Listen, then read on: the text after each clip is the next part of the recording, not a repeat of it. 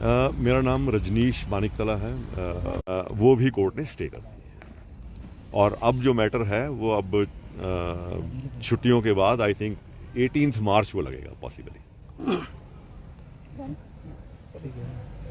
Done sir. कुछ खास और तो आपकी ओर से कुछ बोलना चाहेंगे इस कोर्ट मामले में? कुछ और आज निर्देश तो नहीं आए हैं? ऐसा है कि मैं ब्रीफली आपको इस केस के बारे में ब्रीफली थोड़ा बता सकता हूँ। शेड्यूल्ड ट्राइब स्टेटस को ग्रांट करने के लिए एक क्राइटेरिया बनाया गया है और वो क्राइटेरिया है जिसको कॉमनली लोकल कमेटी क्राइटेरिया के नाम से जाना जाता है। उस क्राइटेरिया में कुछ पॉइंट्स हैं, जैसे उसमें एक एथनिसिटी होनी चाहिए, मतलब tribe should be ethnic tribe, और साथ में उसमें बैकवर्डनेस होनी चाहिए। इसके अलावा कुछ और क्राइटेरियाज हैं।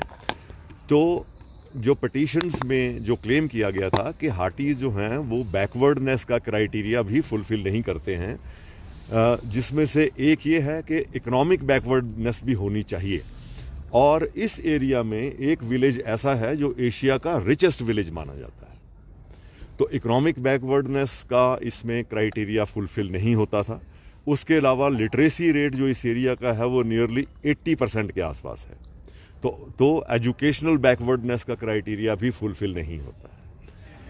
इसके साथ और जैसे कुछ क्राइटेरियाज हैं कि वहाँ पर फैसिलिटीज़ कैसी हैं, मेडिकल इंस्टीट्यूशंस या मेडिकल फैसिलिटीज़ देने वाले हॉस्पिटल्स कैसे हैं, रोड्स कैसी हैं।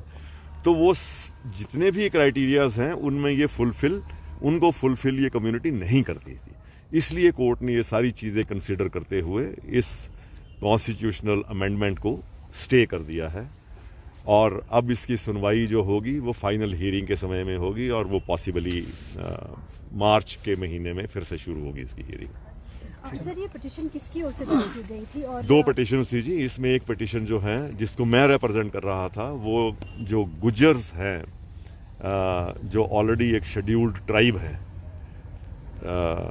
उन्होंने चैलेंज किया था इस कॉन्स्टिट्यूशनल अमेंडमेंट एक्ट को। और दूसरी वाली जो थी वो जो शेड्यूल कास्ट लोग हैं वहाँ पर, शेड्यूल कास्ट कम्युनिटी में आते हैं, वो दूसरी पिटीशन उन लोगों के द्वारा फाइल की गई थी। ये दोनों उसी क्षेत्र से बिलोंग करते हैं, ये दोनों समुदाय? हाँ, दोनों उसी एरिया से ही बिलोंग करते हैं। शेड्यूल कास्ट का बेसिकली क्या है, शेड्यूल ट्राइब्स कहीं के भी हों, जिस समय में कोई कम्युनिटी मान लीजिए कि उसको आप शेड्यूल्ड ट्राइब डिक्लेयर कर रहे हैं, तो आप काफ़ी सारे लोग ऐसे हैं और ऐसे होंगे जिनको आप शेड्यूल्ड ट्राइब के दायरे में ला रहे हो। तो मान लीजिए कि पहले 100 लोगों को इसका बेनिफिट मिलता था, तो अब जो और इंक्लूड कर रहे हैं उसमें 200 लोग हो जाएंगे। तो शेड्यूल्ड ट्राइब का जो फ़ायदा था वो अब उठाने वाले बहुत सारे लोग हो जाएंगे, जबकि वो उसको उस क्राइटेरिया को फुलफिल नहीं करते। तो इसलिए इससे शेड्यूल्ड ट्राइब्स भी अफेक्टेड हैं, चाहे वो पूरे स्टेट के हों, और शेड्यूल्ड कास्ट भी अफेक्टेड हैं। और स्पेशली वो शेड्यूल्ड कास्ट तो स्पेशली इस एरिया के डायरेक्टली अफेक्टेड। बताएं आज क्या ये मामला था और क्या इसमें जो है मुख्य बात जो है एससी की ओर से रखी गई थी?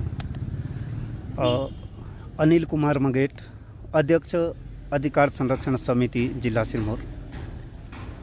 सर्वप्रथम तो मैं इसमें जो सीनियर काउंसिल सुप्रीम कोर्ट के कॉलिन गोंजाल्वेस साहब, कौलप्रीत कौर और यहाँ के लोकल काउंसिल राजेंद्र गुलाटी जी, सुरेश सिंह सैनी जी, मैं इन सभी लोगों का धन्यवाद करता हूँ कि इस न्याय की लड़ाई में ये शामिल हुए।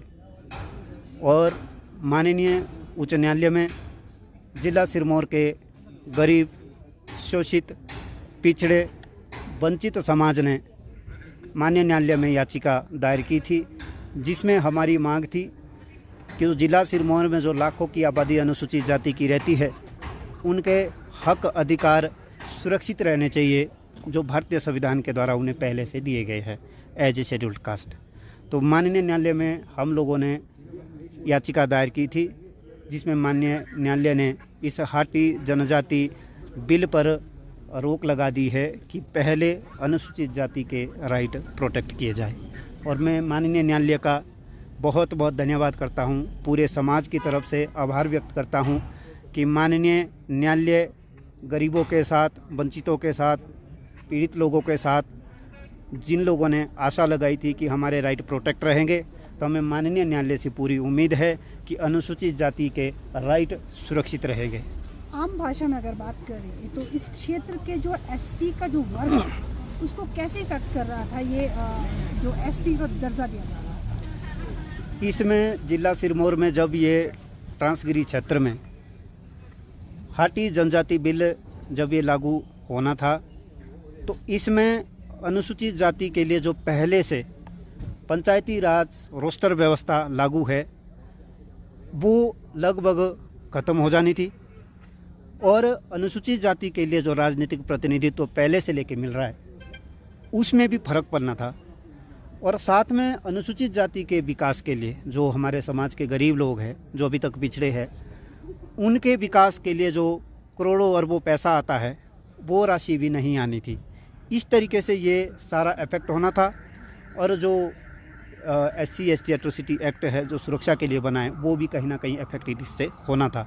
इसीलिए हम सभी लोगों ने, समाज के सभी लोगों ने ये सोचा कि माननीय न्यायालय का दरवाज़ा खटखटा जाए ताकि हमारे राइट प्रोटेक्ट रह सके।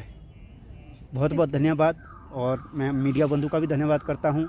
माननीय न्यायालय का फिर से मैं धन्यवाद करता हूँ कि माननीय न्यायालय ने अनुसूचित जाति के अधिकारों को सुरक्षित रखने की पहल जारी की है। आप सब लोगों का बहुत बहुत